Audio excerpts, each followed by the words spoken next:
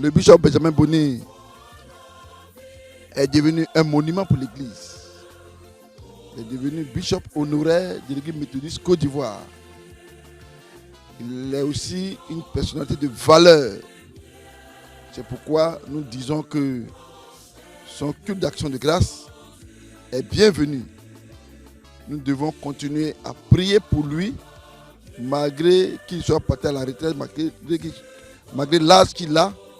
Il continue de prier, continue d'intervenir, parce que c'est une autorité de l'Église méthodiste que nous avons connue depuis un certain temps. Il faut reconnaître que Bishop Benjamin Boni est un grand visionnaire. Je connais l'histoire un peu qu'on m'a conté de lui, c'est que l'Église est arrivée à un moment où il y avait un blocage. Et l'Église a voulu qu'il y ait un jeune président, président de l'Église, pour faire booster les choses. C'est dans cet esprit-là que les doyens ont convenu de le prendre comme le président de l'Église. Et ils n'ont pas eu tort de le faire parce que à peine il est arrivé à la tête de l'Église, il a relancé l'Église. Il a trouvé des partenaires qui ont vraiment soutenu l'Église dans son éclosion. Et effectivement, il faut reconnaître que le bishop Benjamin Boni est un grand visionnaire. Et cela s'est senti dans ses actes qu'il a posés par rapport au projet. Je viens d'apprendre qu'il y avait même un projet de pisciculture à l'ouest. J'ai vu que, en tout cas, c'est pendant son mandat que l'Église a eu à créer, à voir l'université méthodiste de Côte d'Ivoire. C'est pendant son mandat que l'Église, en tout cas, a eu beaucoup de projets. Je me rappelle quand j'étais encore en service à Ouanou Carrefour, l'Église avait également, à travers les écoles protestantes, avait un projet d'élevage de poulets à Ouanou Carrefour. C'était un grand projet. Vraiment, il faut lui lancer des fleurs, le bishop Benjamin Boni. Et notre souhait est que le bishop Anomodé, qui vient d'arriver, évolue dans le même sens. Et pourquoi pas faire plus que ce qui a été fait pour le bonheur des fidèles. Parce qu'il fut un moment où l'Église n'avait plus de moyens. L'Église n'avait pas de moyens, même les fidèles. Au niveau de Dabou, par exemple, dont je suis originaire, Dabou évoluait bien sur le plan financier parce qu'il y avait le VA qui produisait de l'argent. Il y avait le VA qui donnait de l'argent et les gens avaient les moyens qu'ils mettaient au service de l'Église. Mais depuis que le prix du VA a été cassé, les gens du coup n'avaient plus d'argent. Donc les gens réagissaient difficilement. Mais il faut reconnaître que le bishop était non seulement un leader, mais très humble. Très humble. Ça, c'est son humilité surtout qui m'a marqué. Il était très humble, très ouvert, vraiment très ouvert et très humble. Et ça lui a permis de rassembler tout le monde. Ça lui a permis de rassembler tout le monde, tous les pasteurs. Et vraiment, il était au service de son église et au service des pasteurs qui étaient à sa charge. De tous les pasteurs de l'église qui étaient à sa charge. Et vraiment, je ne suis pas pasteur, mais pour ceux qui étaient pasteurs, ils peuvent témoigner qu'il était un rassembleur d'hommes, un leader qui faisait bouger les choses, aussi bien au niveau des pasteurs qu'au niveau des laïcs. Mon dernier mot est que vraiment, l'esprit qui a habité, l'esprit spirituel qui a habité l'église demeure et que vraiment, surtout, Dieu a voulu que l'église soit réconciliée, que vraiment tous les fidèles soient réconciliés, parce que nous avons encore, pour nous qui sommes venus de l'autre côté, nous avons encore des fidèles qui traînent les pas, qui, pour des raisons que nous ignorons, chacun a ses raisons. On dit le cœur a ses raisons que la raison ignore. Chacun a ses raisons, mais nous voulons que chacun taise ses raisons et que, à l'image de Jésus-Christ qui s'est donné à son Église jusqu'à aller mourir même sur la croix, que nous sacrifions comme Jésus l'a fait, nous sacrifions notre personne, nous sacrifions notre être, nos égos, pour que nous voyions l'Église, nous voyons Jésus qui a, comme on appelle, accepté d'être un avec son Père, que nous soyons un avec les frères et sœurs de toutes les confessions religieuses et de tous ceux qui confessent Jésus, et en particulier les méthodistes que nous sommes, pour que l'Église puisse aller de l'avant. Il faut dire que le bishop honoraire Benjamin Boni est pour nous un père. Avant qu'il ne soit un leader ecclésiastique, il est un père. Et je me souviens bien que lorsque j'ai reçu l'appel et qu'on devait prier pour moi pour non seulement faire l'examen de sélection, c'est lui qui a un culte dans mon église locale d'origine, Ebenezer d'Abidjan à Djamé, a prié pour moi. Et il est pour nous un modèle de résilience. Voilà, quelqu'un qui est passé par beaucoup d'épreuves, d'incompréhension, d'opposition, mais qui a maintenu le cap. Qui, par Dieu, a laissé l'église debout. Et les sillons qu'il a tracés, nous allons marcher dans ces sillons-là pour que l'église méthodiste soit toujours debout. Que Dieu soit toujours avec lui et qu'il ait vraiment une retraite heureuse, paisible, à la gloire de Dieu. Amen. J'ai connu le bishop Benjamin Boni quand j'étais au 220 logements et qu'il est venu là pour être notre pasteur. C'est de 96 à 98, je crois. C'est de 220, le bishop a été élu président de l'église méthodiste. Et qui par la suite, il est devenu bishop. Ce que nous retenons de lui, c'est que c'est un homme de beaucoup de sagesse. Beaucoup de sagesse. Dans nos réunions de conseil, il nous laissait parler. On parlait, on débattait de chaque sujet et à la fin, il prenait la parole pour intervenir. Et lorsqu'il intervenait, ça donnait toute l'orientation que nous souhaitions. Devenu bishop, par la grâce de Dieu, il m'a fait l'honneur de me nommer président du conseil éducation et formation. Là encore, nous avons continué à travailler. Lorsqu'il y a un problème important au niveau du conseil éducation et formation et que nous allions le voir, c'est toujours la voie de la sagesse qui nous recommande. C'est toujours la voie de la sagesse qui nous recommande. Et par cette voie-là, nous avons résolu beaucoup de problèmes. Donc aujourd'hui, où il va à la retraite, nous lui souhaitons véritablement un bon repos. Parce que c'est un homme courageux, un grand travailleur, quelqu'un qui ne lésine pas sur les moyens. Il a donné tout son temps à l'église. Il a vraiment donné tout son temps à l'église. Lorsque les problèmes, quand il y a un problème au niveau de l'église, qu'il veut partager le problème avec nous, c'est avec beaucoup de soucis, comment faire pour régler le problème et par la grâce de Dieu, il arrivait toujours à trouver la solution pour permettre à l'église d'avancer dans de bonnes directions. Donc nous retenons du bishop Benjamin Boni, un homme sobre, humble, vraiment humble, très humble, hein, un homme plein de sagesse. Je peux dire c'est un papa. Il a été un papa pour nous tous, aussi bien pasteur que laïc. Il a été un papa pour nous et il est toujours. Lorsque nous sommes coincés sur un problème, nous continuons d'aller vers lui pour trouver la solution à ces problèmes-là. Donc nous le remettons entre les mains de bon Dieu, que Dieu lui-même l'accompagne dans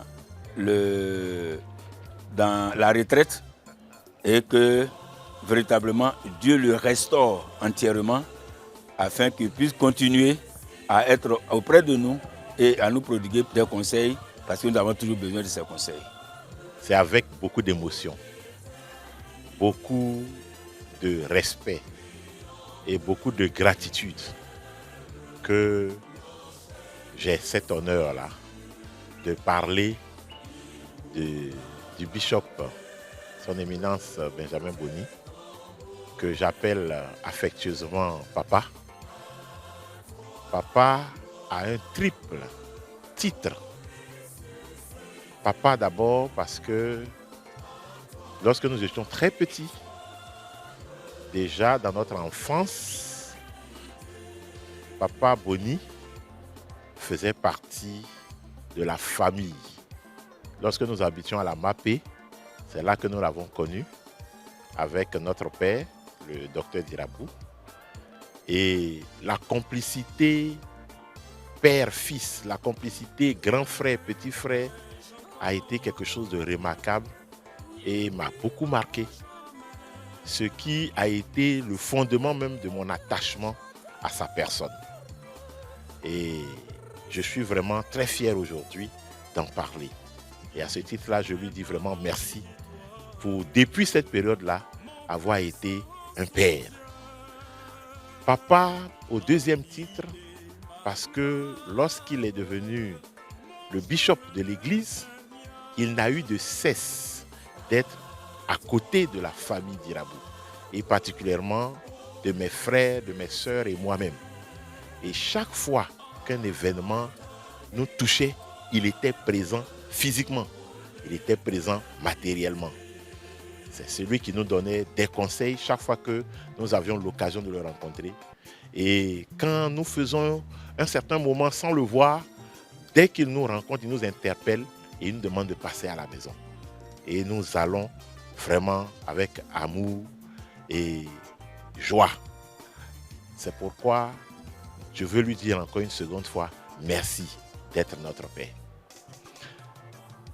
Papa, au troisième titre, parce que j'ai eu à collaborer avec lui dans le cadre de l'expertise de l'Église. Je l'ai représenté à des grandes rencontres internationales. J'ai participé à la prise de décision sur beaucoup de sujets de l'Église. J'allais dire qu'il m'a fait l'honneur vraiment de me consulter et surtout de me confier des missions très sensibles pour l'Église. Et chaque fois que je finissais, il avait ce mot particulier de me dire « Mon fils, je suis fier de toi ». Et ça, c'était vraiment mon leitmotiv. C'est pourquoi je lui dis encore une troisième fois « Merci d'avoir été un père ».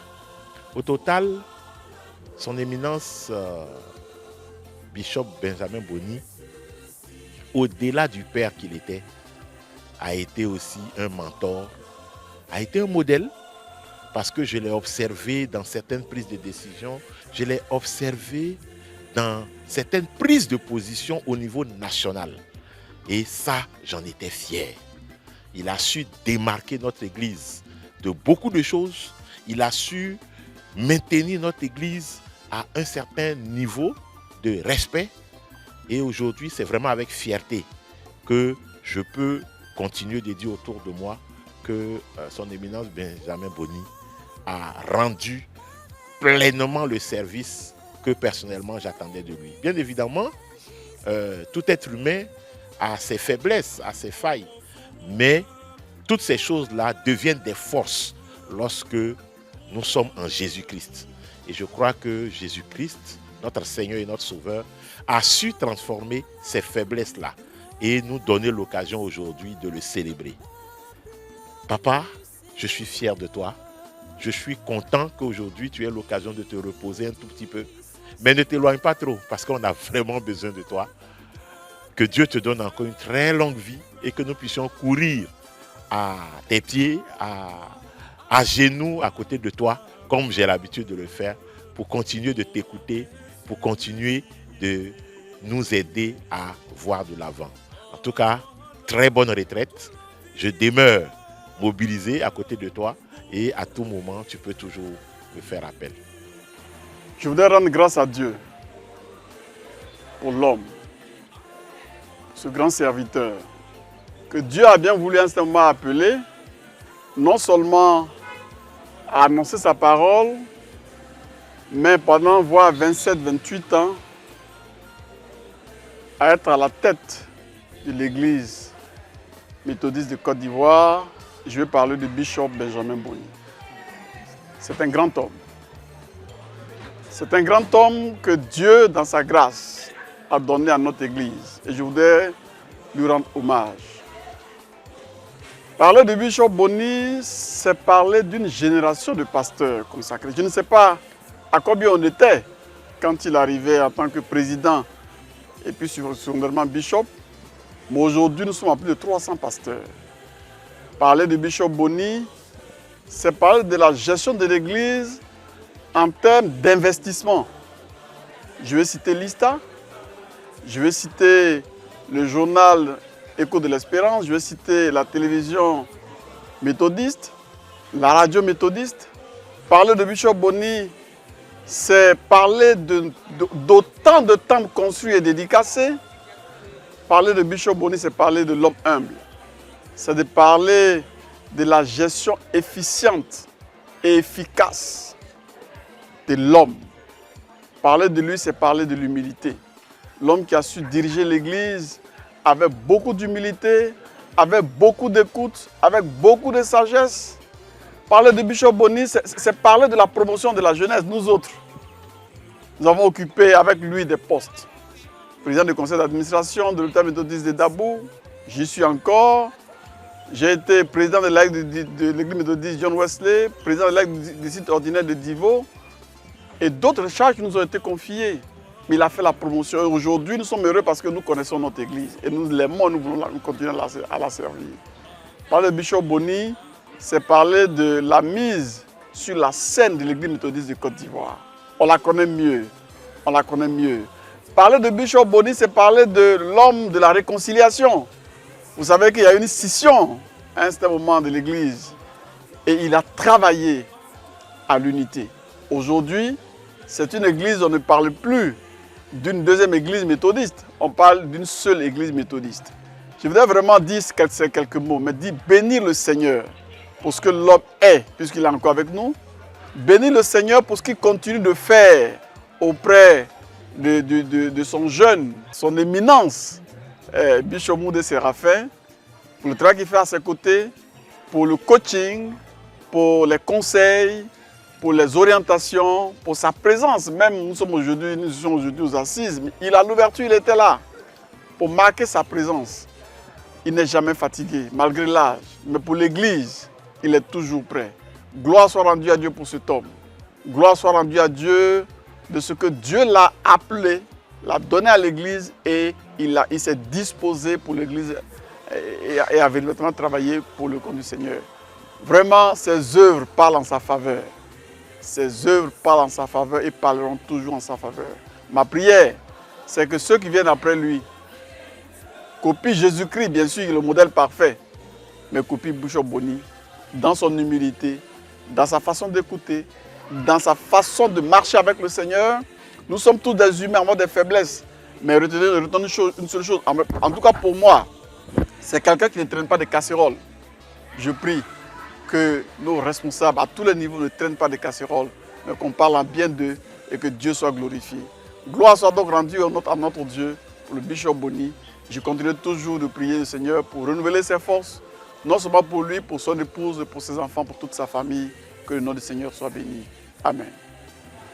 En tout cas, je voudrais rendre grâce à Dieu pour la vie de son serviteur, le Bishop Benjamin Boni, que nous avons eu la chance d'avoir comme d'abord aumônier d'RCF6. Donc, moi, j'étais à l'université de 80 à 84-85. Et donc, c'est un serviteur que nous avons beaucoup fréquenté. Et ce que nous devons retenir de lui, c'est qu'il a eu un mandat assez long, simplement parce que l'Église avait changé, n'est-ce pas, de statut. L'Église protestante, nous sommes allés à l'Église méthodiste unie, et ensuite, et donc ça c'est le premier aspect que je retiens, c'est que parmi les présidents qui se sont succédés à la tête de notre Église, lui il a bénéficié d'un mandat beaucoup plus long. Deuxièmement, pendant son mandat, il y a eu 3 moments que nous retenons qui a été difficile. Le premier mandat, c'est celui qu'il a pu exercer avant la dissidence. Nous avons eu donc un bishop qui écoutait, en tout cas qui gérait de main de maître, n'est-ce pas, les affaires de notre Église. Et puis est survenue la dissidence. Cette distance, nous ne pouvons pas l'oublier parce que nous avons vu un serviteur de Dieu vraiment qui a été atteint moralement, physiquement, dans tous ces temps. Mais parce que c'est Dieu lui-même qui l'a choisi, il a pu tenir. Parce que ce n'était pas à la portée de n'importe quel individu. Mais nous savons que la parole de Dieu nous dit que quand tu es éprouvé, Dieu ne peut pas t'éprouver au-delà de tes forces. Et donc, Dieu lui a donné cette force-là de pouvoir tenir pendant tous ces moments de procès que nous avons suivis de bout en bout. Par la grâce de Dieu, ça s'est très bien passé. Et donc après cela, la gouvernance de l'Église a continué. Et aujourd'hui, la grande joie que nous avons tous, que nous ressentons tous, ce que nous gardons de lui, c'est qu'au moins avant de quitter les rênes de notre Église, il y a eu donc cette réconciliation qui a permis à nos frères et sœurs de la dissidence, n'est-ce pas, de revenir. Et ça, c'est une victoire pour nous tous, tant au niveau de nos frères que de nous-mêmes. Et là, c'est un combat qu'il a mené personnellement, pour lequel nous voulons nous voulons reconnaître, en tout cas, ce mérite-là.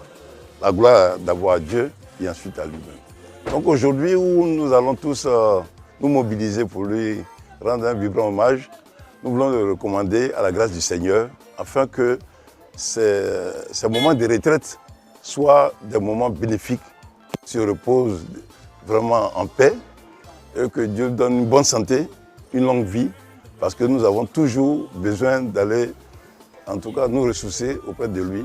Mais nous retenons vraiment qu'il a été un grand serviteur de Dieu, et donc il n'a pas failli à sa tâche, et c'est tout à son honneur. Nous rendons gloire à Dieu pour la vie de notre bishop Benjamin Boni. Vous savez, quand vous travaillez, du début jusqu'à la fin, il y a des structures d'évaluation. Et il y a aussi les hommes, les femmes qui vous ont pratiqué, qui vous évaluent. Le bishop a travaillé en tant que ministre de la parole de Dieu. Et il a travaillé en se sacrifiant, en donnant le meilleur de lui-même, dans l'obéissance et dans l'humilité. Et il a, dans son service, élevé l'Église à un niveau tel que il a été unanimement reconnu que ce travail, le travail qu'il a fait, avait du mérite. Et comme partout, lorsque vous allez vous retirez, n'est-ce pas, momentanément, au terme de votre service, il faut reconnaître le travail que vous avez fait. Et c'est dans cet ordre d'idées que l'Église, le bishop qui lui a succédé, a pensé qu'il était convenable et juste d'organiser une cérémonie d'hommage au travail qu'il a effectué, par rapport au travail qu'il a effectué. Et nous sommes heureux que ce soit ainsi. C'est pour marquer son passage au niveau de l'opinion publique, l'opinion religieuse des croyants, marquer aussi son passage historique dans cette église en tant que serviteur de Dieu. C'est une joie extrême pour nous, cette marque de reconnaissance que l'église lui doit et que l'église va articuler à la date qui a été fixée.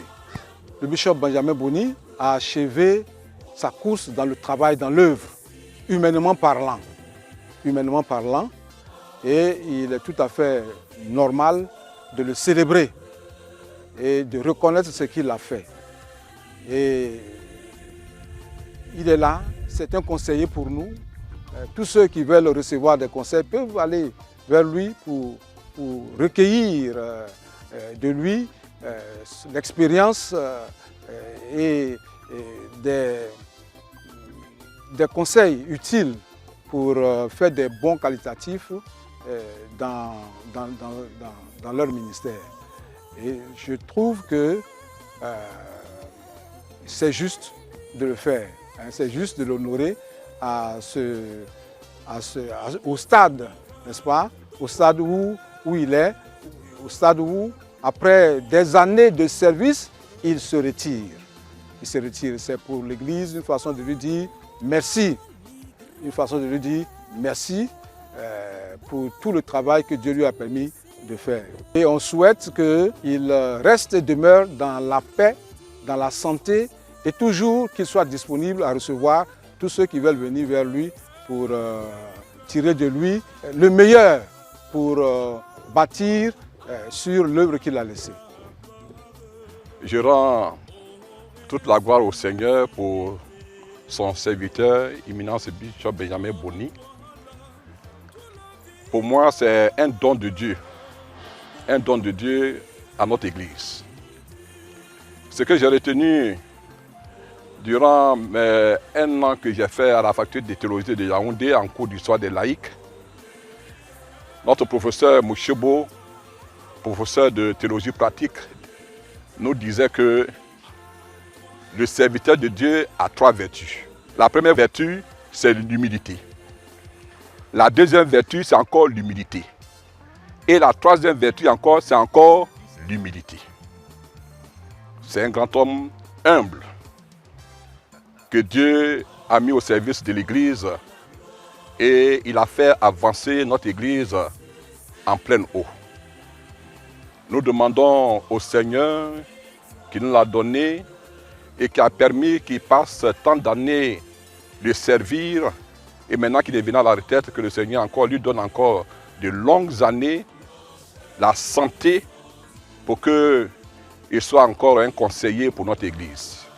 D'habitude, on attend que quelqu'un meure pour pouvoir l'honorer. Alors si nous prenons, n'est-ce pas, cette possibilité de lui rendre hommage pendant qu'il est vivant, c'est tout mon souhait. Et donc que Dieu bénisse son serviteur, que Dieu lui donne encore longue vie et qu'il demeure toujours une référence, un conseiller pour notre Église. Et gloire à Dieu pour son serviteur. Amen.